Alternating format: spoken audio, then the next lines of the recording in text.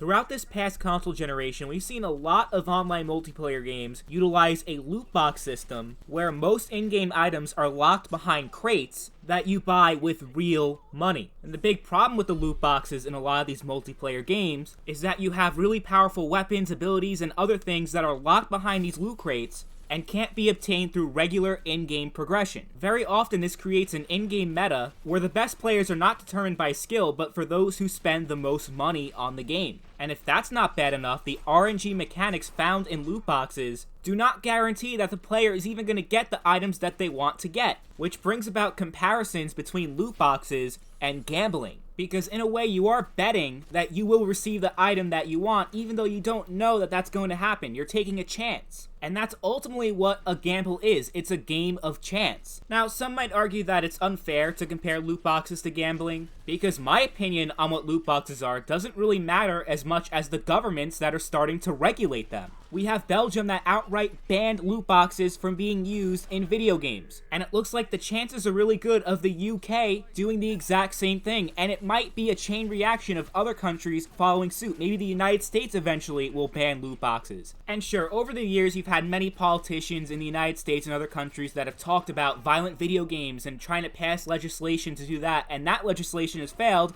But the difference is that there's actually popular demand for the government to take action against loot boxes compared to censoring content in the actual games themselves. Which is why I think there's a strong chance that loot boxes may become a thing of the past, as government regulation will force publishers to remove loot boxes from their games. I know if this happens, many in the gaming community will celebrate and think that maybe if loot boxes go away, online multiplayer games will be so much more enjoyable to play because you don't have that loot box bullshit in the games anymore. No more gambling, no more pay to win. Games will actually be fair now, right? Right? Not really. If you think about it, not much is going to change if publishers are forced to get rid of loot boxes. When publishers like Activision make billions of dollars a year off of microtransactions, you think they're just going to give that up? Hell no. Activision's a good example. With Modern Warfare, they moved on from a pay-to-win RNG system that we had in Black Ops 4 to a Battle Pass system in Modern Warfare. And of course, the whole Battle Pass trend started with Fortnite, and a lot of online games have shifted their business model in recent years from the loot box system to the Battle Pass system. A lot of them even have both, which is just ridiculous. But it seems like a lot of people in the gaming community seem to favor the Battle Pass system over the loot box system, saying that Battle Passes are so much more fair because your in-game progression is very transparent. Like, there's no hidden RNG gambling shit. The game tells you what you need to do in order to unlock those items in the Battle Pass. So you either do it or you don't. It's not like the loot boxes where you can literally spend hundreds upon hundreds of dollars buying the loot boxes and still not getting the items that you want. So people seem to have a much more favorable view of battle passes compared to loot boxes, which makes a lot of sense. But is the gaming industry going to be that much better if every online game has a battle pass instead of a loot box system? I don't know about that. To me, battle passes are nothing but overpriced DLC that locks your in-game progression behind a paywall. How is that fair? Especially if you're unable to complete the battle pass during the season,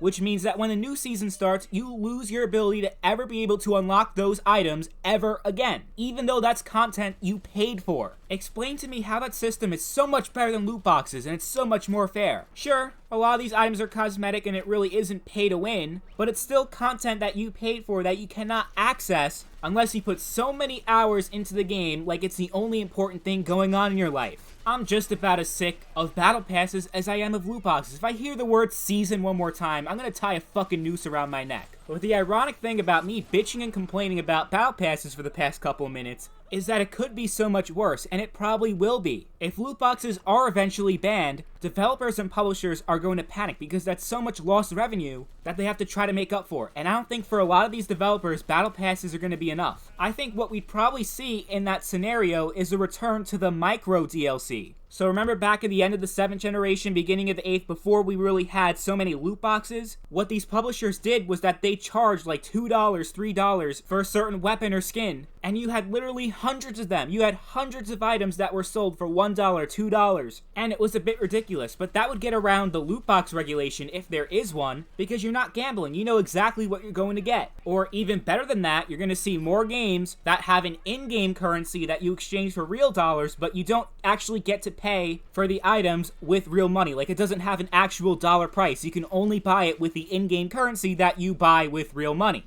And the best example I could think of are the GTA dollars in GTA Online and the atoms in Fallout 76. What Bethesda likes to do is sell a specific item for like 200 atoms. So you want to buy the item and you say, fuck it, I want to buy it. I have no problem putting real life money into it. Let me go to the store and buy 200 atoms so I can buy that item. And then you see at the store that you can only buy 100 atoms or 500 items. You can't actually buy 200. And of course, I'm not using exact amounts here. I'm just estimating, but you know exactly what I mean. If you played 76 before, you know what I'm talking about. An item that would cost $2 all of a sudden is bumped up to $5 because you can't just buy the $2 microtransaction. You have to use their in-game currency. And sure, on paper, you can get those items without ever spending any real money, but that would force you to grind and grind and grind. Like, GTA Online is the worst example of this because what they've ended up doing over the years, it's already been a grind since the beginning, but they've actually inflated the prices of many of their items, which pretty much forces you to buy the shark cards if you actually want to get those items. If you want to get that new car, if you want to get that plane, whatever the hell, you can't realistically obtain all the items that you want unless you want to dedicate your entire life to playing that game or cheat. And I think if loot boxes do become illegal, many developers are going to take some ideas from GTA and Fallout 76 and all those other games that may not have loot crates, but still use plenty of microtransactions. So if you've been frustrated in recent years by all these multiplayer games that have these loot boxes and microtransactions, if you think that the government banning loot boxes are going to make these games any better,